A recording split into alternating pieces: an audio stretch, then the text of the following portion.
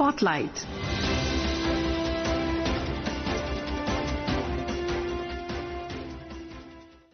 Good evening, listeners.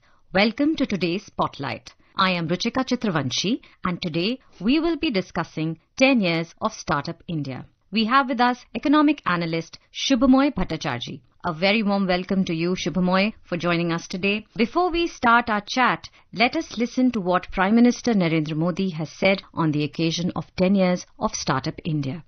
सिर्फ 10 साल में स्टार्टअप इंडिया मिशन एक रिवॉल्यूशन बन चुका है. भारत आज दुनिया का थर्ड लार्जेस्ट स्टार्टअप इकोसिस्टम है. 10 साल पहले देश में 500 से भी कम स्टार्टअप्स थे. आज ये संख्या बढ़कर 2 लाख से ज्यादा है. 2014 में भारत में सिर्फ 4 यूनिकॉर्न थे.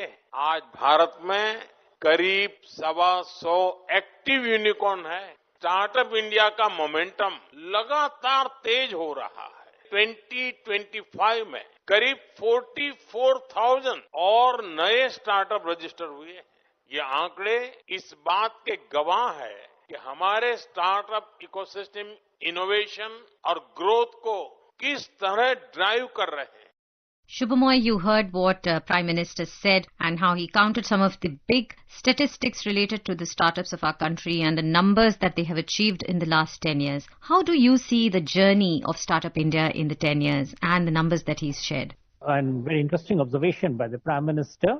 And I was just wondering, I was listening to him, that one of the major points about the startup journey is more than the impressive numbers is about the change in the mindset. At a stage, long years ago, we used to have the government encouraging, exhorting young people to take up self-employment. And usually those sort of things which came with packages, which came with ideas and training programs, wasn't particularly looked upon well. In fact, it was considered as the last opportunity for somebody who was not qualified for any exam, who's not good to join any service. From there, we have migrated to a situation today where startup, not only is the Prime Minister talking about it, but it has become an object of adoration. Today, for instance, in any community, in any family, if somebody says that I'm pushing for a startup, people are quite enthusiastic. People are impressed that, yes, this person has some ideas. She is looking at something interesting out of the ordinary, not just looking after job. In fact, job comes second fiddle now. The idea that a person can actually create opportunities for not only for herself, but for lots of people beyond.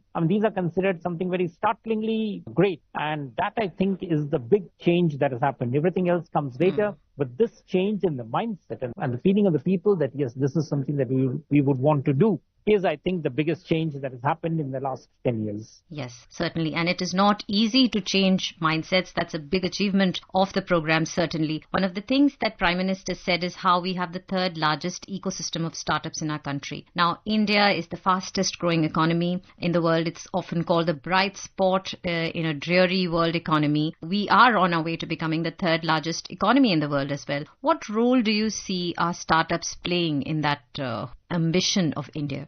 As you say, these are very big numbers, and obviously they are a startling change from earlier. Now, where are these startups coming from? As you can see, the startups are coming not only from the young people, but also from the older people. Because startups doesn't necessarily mean young people. And now that is, I think, a very major change, which means that, it is the idea that a new business can be successful has spread across a wide swath of population. And this is, first of all, a sign of confidence, sort of not just emerging, but India which has emerged. India where lots of people are willing to take risks. And I think there's lots that goes with it. For instance, one of the things that has happened is possibly the government has been able to create sort of a safety net that go ahead, do it, you won't collapse. There are financial supports that's available for supposing if the particular venture doesn't work, another venture to come through. The fact that the family will not be in dire straits if a startup doesn't take off. The fact that a family can in fact even live through the fact that for the years that this venture will take to stabilize it, they can afford to be around. Startups doesn't come in distress. So there's a lot of,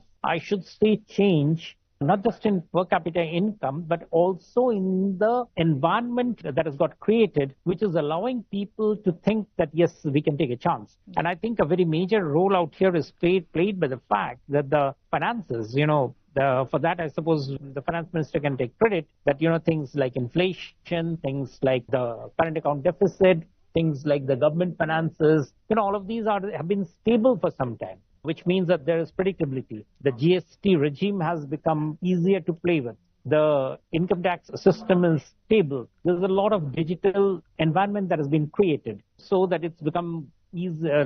A lot of cost or a lot of enabling condition to create a startup has become possible. And I think those are the ones which I would look at as the measure of success of the startup revolution. That is why people are willing to take chances which they wouldn't have taken otherwise. Yeah, certainly. There's a lot that has been done to create an enabling environment in a whole ecosystem. It doesn't get created overnight. But going forward, what are some of the challenges that you see for the startups in India, and what kind of initiatives can we look forward to?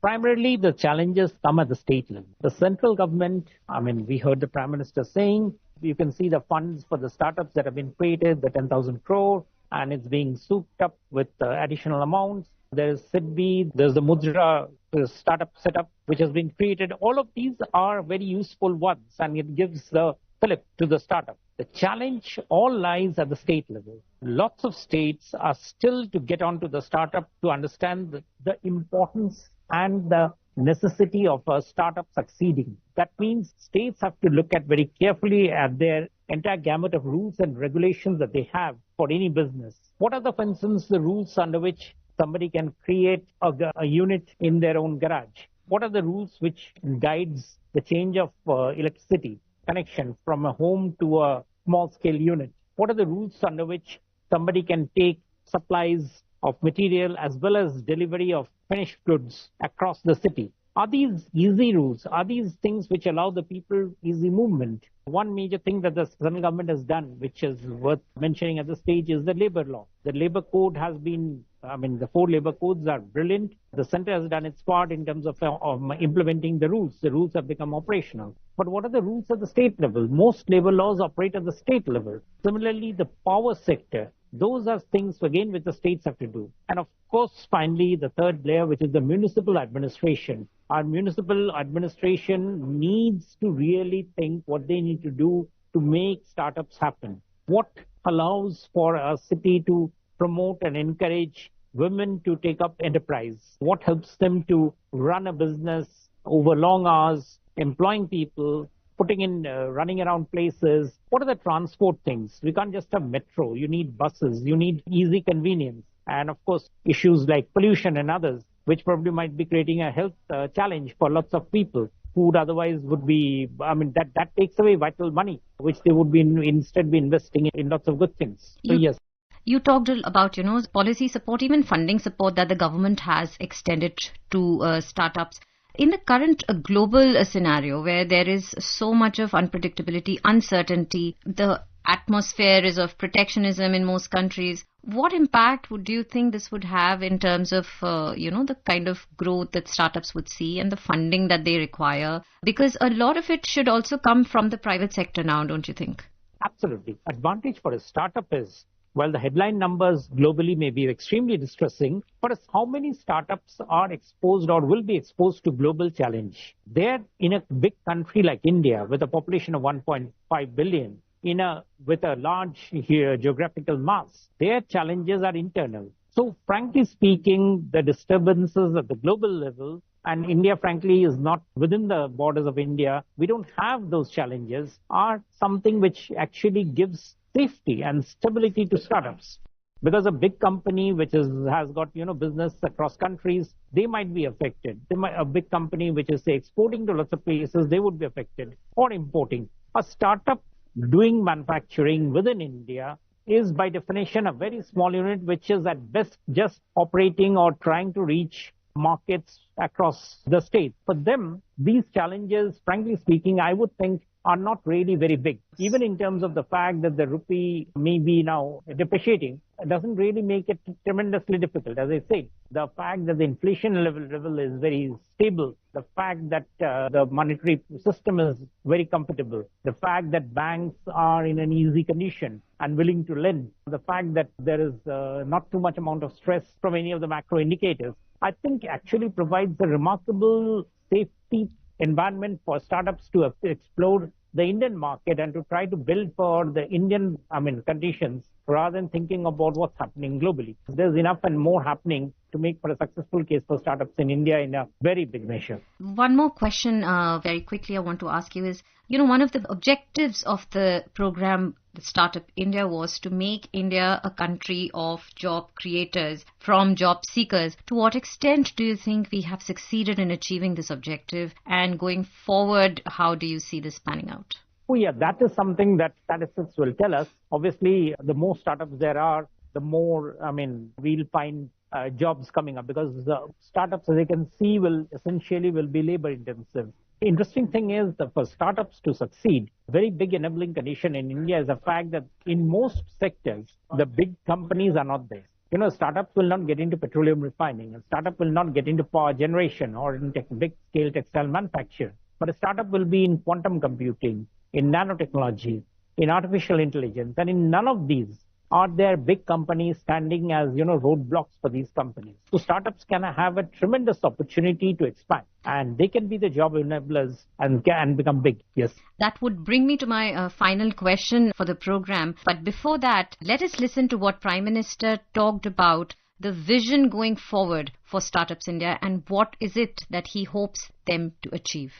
अब हमें भविष्य के लिए तैयार होना होगा, हमें नए आइडियाज पर काम करने की जरूरत है। हम ये भी सुनिश्चित कर रहे हैं कि इंडिजीनियस एआई भारतीय प्रतिभाओं द्वारा भारतीय सर्वर्स पर ही तैयार हो।